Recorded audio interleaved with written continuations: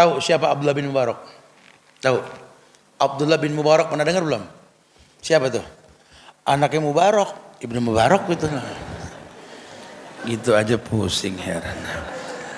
Abdullah bin Mubarak ini ulama zaman tabi'in. Terkenal ayahnya itu Mubarak, itu salah seorang penjaga kebun delima yang pernah diamanatkan kebun yang luas oleh si pemiliknya. Satu waktu pemiliknya datang minta dipetikan delima yang manis, dibawakan oleh ayahnya Mubarak. Ternyata ini asam tuh delima. Yang punya kebun marah, carikan yang manis, nggak ketemu, dan dia nggak tahu. Kamu berapa tahun di sini apa nggak tahu delima manis sama delima yang nggak manis? Karena saya nggak pernah nyobain tuh delima. Alasannya apa? Kan delima punya bapak bukan punya saya. Coba kalau kita yang jaga kita kiloin, betul. Makanya anak kita nggak ada yang kayak Ibnu Mubarak ya, babanya kangen tit semua. Ini makanya wajar kalau sampai punya anak Abdullah bin Mubarak karena ayahnya itu masya Allah. Bismillahirrahmanirrahim.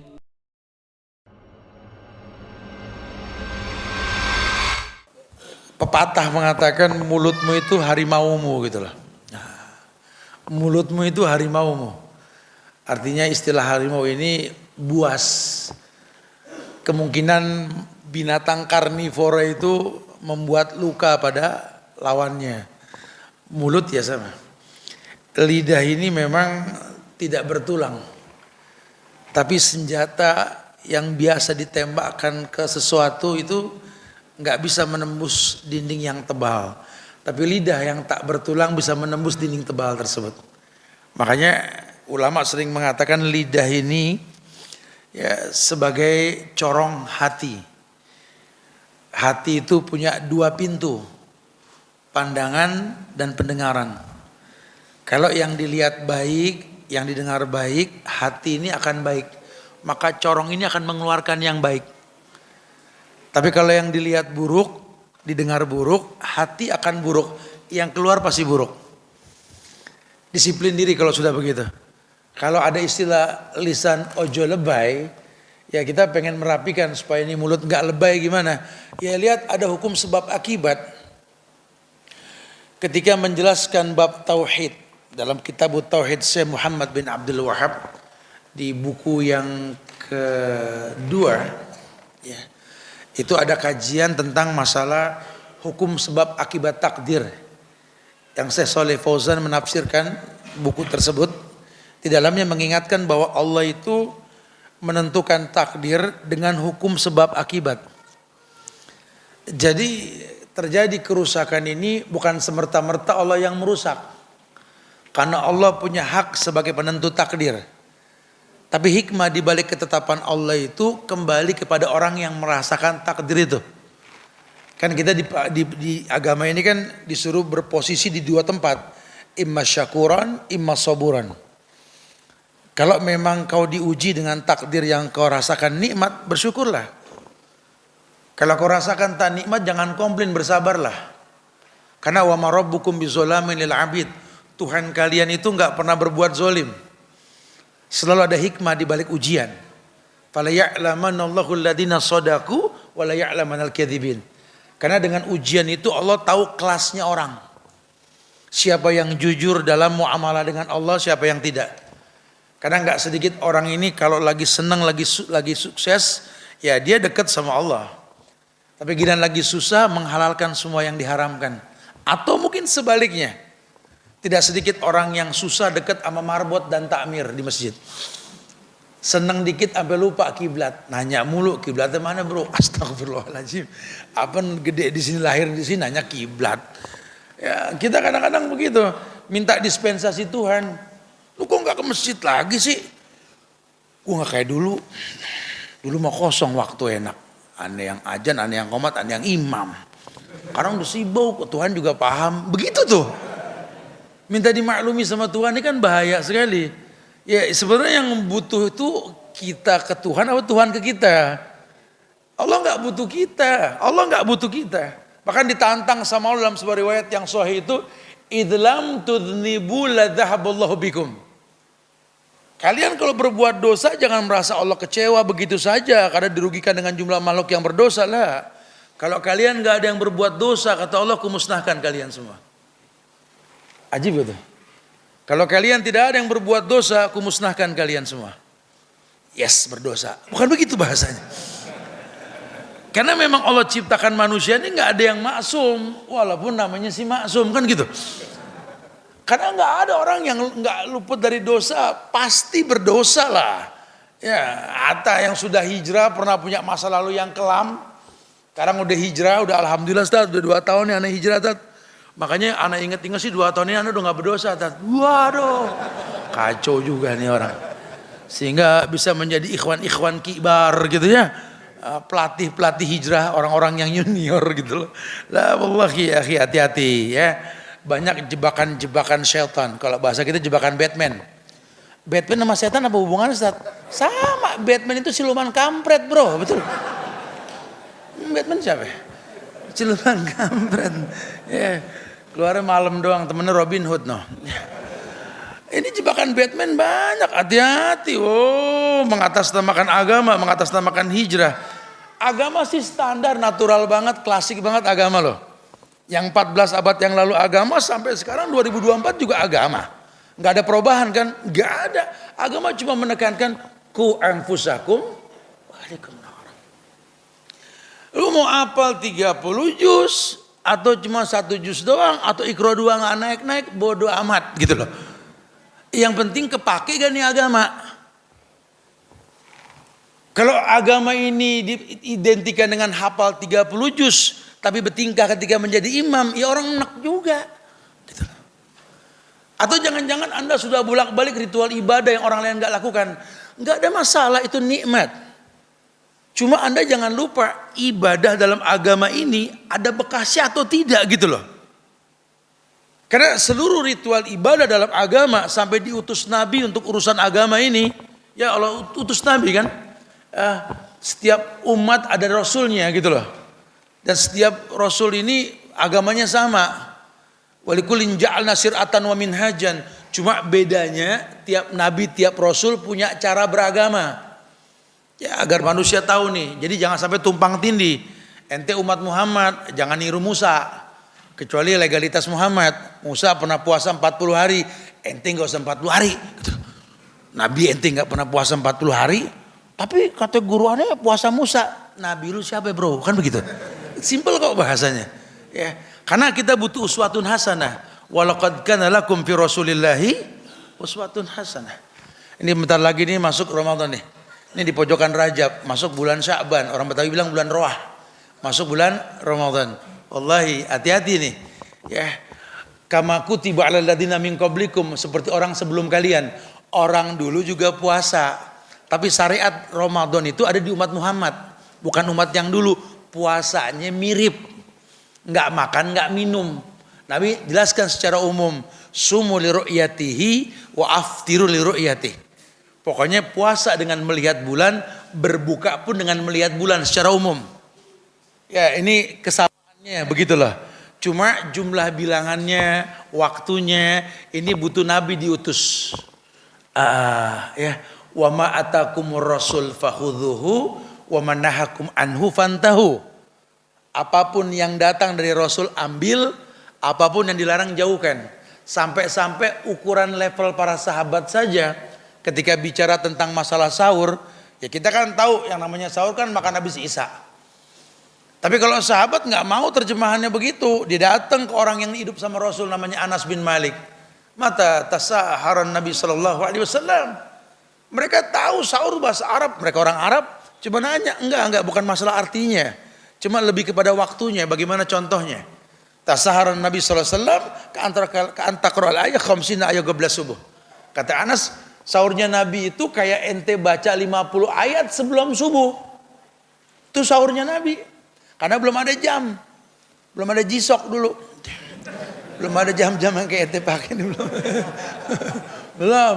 Ukurannya 50 ayat sebelum azan subuh. Karena Nabi pernah bilang, makan minumlah sampai mendengar azan subuh kan gitu.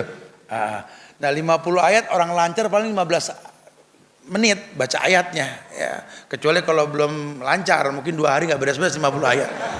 Cuma itu yang dibilang tepat, nyontoh Nabi gitu loh. Tujuannya apa? Punya bekas. Ya kebayang nih kalau kita nggak punya bekas. Nah kebetulan bahasan kita ini kan berkait dengan lisan. Lisan ojo lebay gitu loh. Hati-hati mulut jangan lebay nih.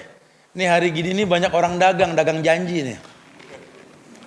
Oh dagang janji nggak pakai ruko, pakai spanduk di mana-mana tuh. Sampai enek tiap hari Jakarta Bogor mau kayak orang mesem semua. Masya Allah. Siapa ini orang gitu. Pahlawan bukan Masya Allah. Jual janji gitu ya. Ya hati-hati ya mulut ojo lebay. Ini makin hari makin orang berilmu makin banyak nih. Ya. Akhirnya nanti malu sendiri apa yang kita janjikan sama orang. Allah berjanji aja masih bisa kita ingkari, apalagi manusia. Jangan terjebak dengan kesalahan yang berkepanjangan. Ternyata jamaah bicara lisan ini bicara tentang sesuatu yang dikatakan racun hati. Ibnu Rajab dalam bukunya itu ketika mengajarkan tazkiyatun nufus, beliau menjelaskan tentang racun hati.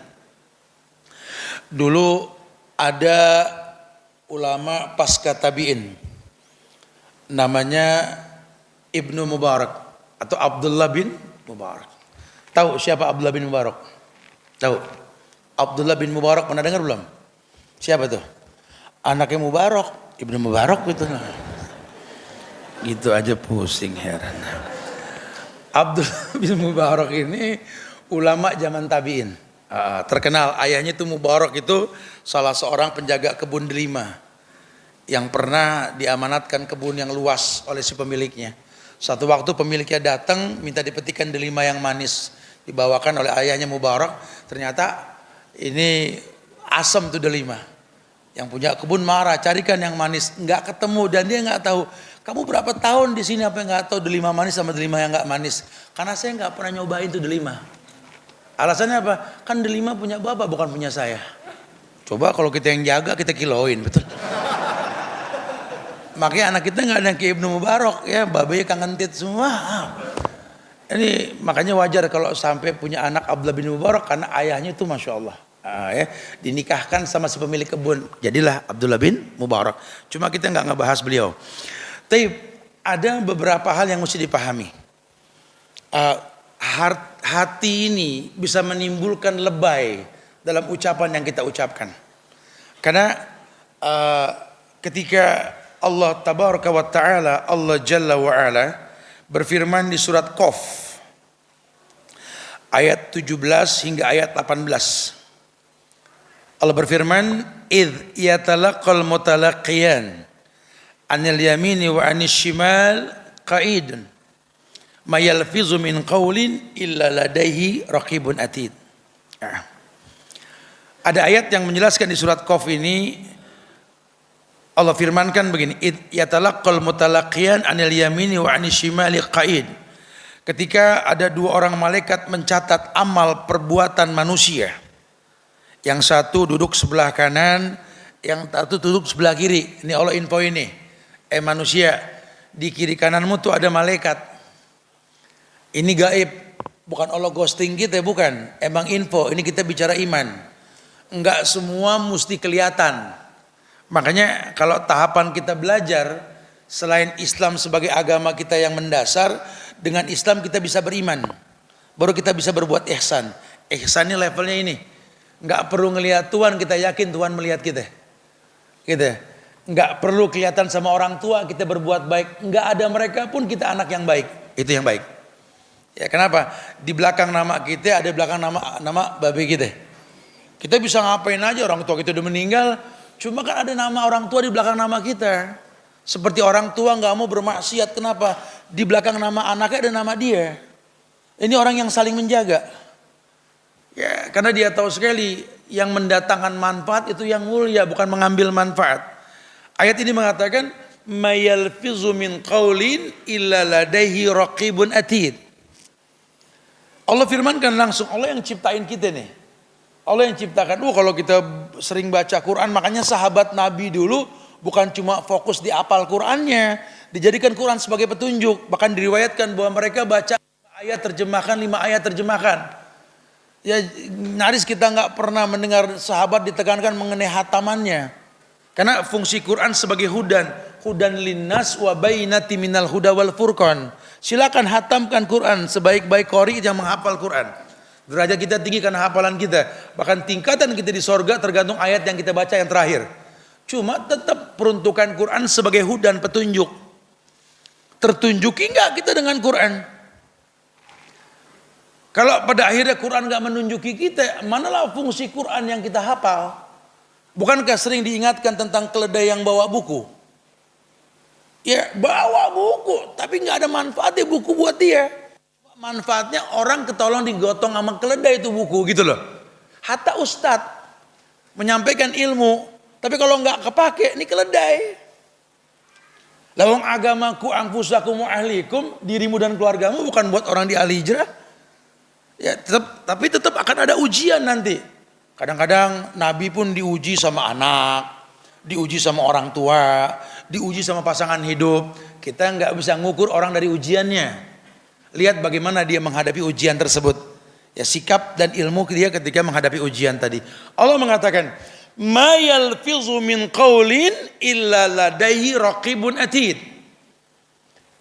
Ma yalfizu min qaulin, yakni ucapan apapun yang diucapkan, mayalfizu min qaulin, ya tidaklah satu kata keluar, huruf yang keluar dari mulut kita, illa ladaihi, kecuali di antara kata yang keluar tersebut raqibun atid, ada 2 malaikat yang mencatat, raqib dan atid. Ini kalau buat orang beriman info kayak gini mendingan kalem dah. Tapi yang nggak sampai nggak ngomong juga, lu tumben nggak mau ngomong. Ada 2 malaikat. Ya paling enggak mukodima yang baik lah, dia berhati-hati. Mau nggak mau kayak dulu asal ceplok batok. Ini malaikat jadi saksi tiap kata itu sejarah yang saya buat. Dan nggak ada yang terhapus, nggak ada. Hati-hati, apalagi kalau ngomong agama, ada ghulu dan taksir. Agama ini fitnahnya itu dilebay-lebayin, dikurang-kurangin. Bahasa Arabnya ghulu, lebay, ghulu. Lebih, lebay bahasa kita kan ya, nah, betul lebih ya, sama ya, lebay. Ghulu dan taksir atau dikurang-kurangin. Karena kadang-kadang pakai perasaan, enggak Ustaz, makanya sengaja Anda lebihin. Dia kalau nggak dilebihin nggak paham Tat. Sengaja Anda kurangin Tat, karena takutnya dia nggak ngerti. Ini yang Nabi siapa tahu? Yang jadi permasalahan fi'liyah Nabi dicontoh enggak? Karena agama jangan dikurang, jangan dilebihin bro. Itu Al-Maidah ayat 3 ending. Ayat yang sepakat ulama mengatakan akhir ayat yang diturunkan, al-yawma akmaltu lakum dinakum wa atmamtu alaikum ni'mati wa raditu lakumul islam ad-dina. Telah sempurna agama pada hari tersebut, haji wada, pertama dan terakhir hajinya Rasul itu. Sudah. Al-yawma akmaltu lakum dinakum. Yang saat itu agama sampai Dajjal dibunuh, Nabi Isa pun agama. Wa atmamtu alaikum ni'mati, kusempurnakan nikmatku atasmu. Nikmat sempurna sudah. Semua yang berkaitan dengan agama dan kemudahan itu nikmat. Wa raditu lakumul islam ad-dina, dan aku redha Islam sebagai agama. Sehingga orang yang betul-betul mengenal Islam, dia nggak butuh buku petunjuk lain, cukup Islam sebagai petunjuk, way of life-nya jelas. Ya silakan, buku-buku bule masuk, orang kafir kasih masukan silakan. Cuma itu cuma sebagai perbandingan. Tapi kita tetap meyakini bahwa buat kita orang Islam itu buku petunjuknya ya Quran, nggak ada yang lain. Maka nggak mau sembarangan ngomong. Karena ini ada 2 malaikat yang mencatat semuanya ini. Ya, hati-hati jangan pura-pura. Jangan pura-pura. Karena tidak sedikit orang yang terjebak dalam kepura-puraan. Masya Allah, kadang-kadang fitnah dunia ini membuat kita lupa bahwa Allah Tabaraka wa ta'ala, Allah Jalla wa ala inginkan kita berilmu sebelum beramal. Rumah tangga itu boarding school terkecil dalam kehidupan. Yang lebih kecil lagi sih jiwa kita. Karena kan dakwah itu kan di media yang dikatakan boarding school tadi, ku anfusakum, dirimu dan keluargamu. Itu boarding school yang paling kecil. Untuk bisa melahirkan generasi robbani di lingkungan yang lebih besar. Ya, jangan ngomong yang besar dulu, kalau yang kecil aja berantakan. Disitulah laki-laki ketika menikah, bahasa Nabi manistato'ah, yang memang sudah mampu. Mampu dalam hal apa? Ujung pernikahan yang Nabi mengatakan, fa inni mukatsirun bikumul umam yaumal qiyamah. Aku akan berbangga dengan banyaknya umat pada hari kiamat. Ente mampu untuk mencetak umat Muhammad nikah. Kalau belum mampu jangan sok-sokan. Ya hati-hati. Karena banyak orang yang nggak kuat dengan fitnah rumah tangga nantinya. Akhirnya Anda terwarnai. Ya hati-hati. Lebih luas lagi nanti kita bicara negara. Jangan sok-sok jual diri, jual janji. Hati-hati. Orang sebelum ente terfitnah harta tahta wanita. Rakyat yang bijak, siapapun yang terangkat nanti, kalau itu orang yang nggak benar terangkat karena tipu daya yang ada, doain biar dapat hidayah. Itulah citraan kita sebagai rakyat.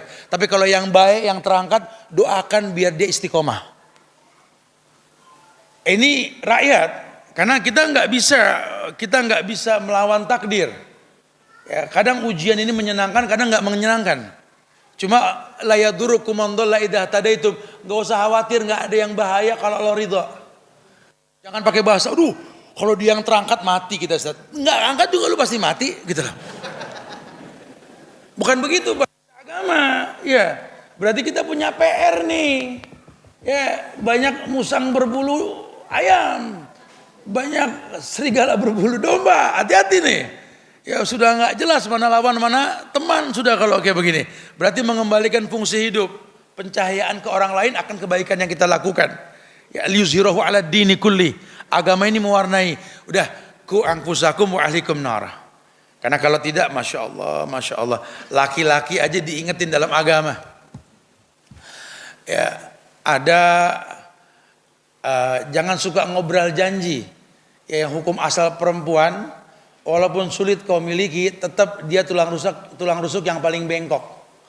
Ya, jangankan ente yang ganteng, dajjal yang jelek pun dia bakal suka. Maaf nih Bu, apa adanya nih ya. Karena Nabi mengatakan kalau nanti dajjal turun, wahai laki-laki, salah satu yang mesti kau lakukan selain baca Al-Kahfi tadi, ya, ikat istri-istrimu di tiang dalam rumahmu. Kenapa? Dia akan terpincut dengan dajjal. Padahal dajjal itu pengkor, pincang, matanya meletus satu, ya, giginya jarang, gak enak dilihat. Cuma banyak orang suka sama dajjal, masya Allah. Dajjal punya dunia, hati-hati. Kamu laki-laki hati-hati, ya, jangan mengobrol ucapan untuk menggapai sesuatu yang kamu nggak paham. Akhirnya yang ada keburukan masa depan umat ini, karena janji yang terlalu muluk yang dijanjikan. Lisanmu ojo lebay makanya, gitu loh. Kadang-kadang ketika syahwat dikedepankan kamu lupa siapa yang kau tarik, siapa yang kau inginkan.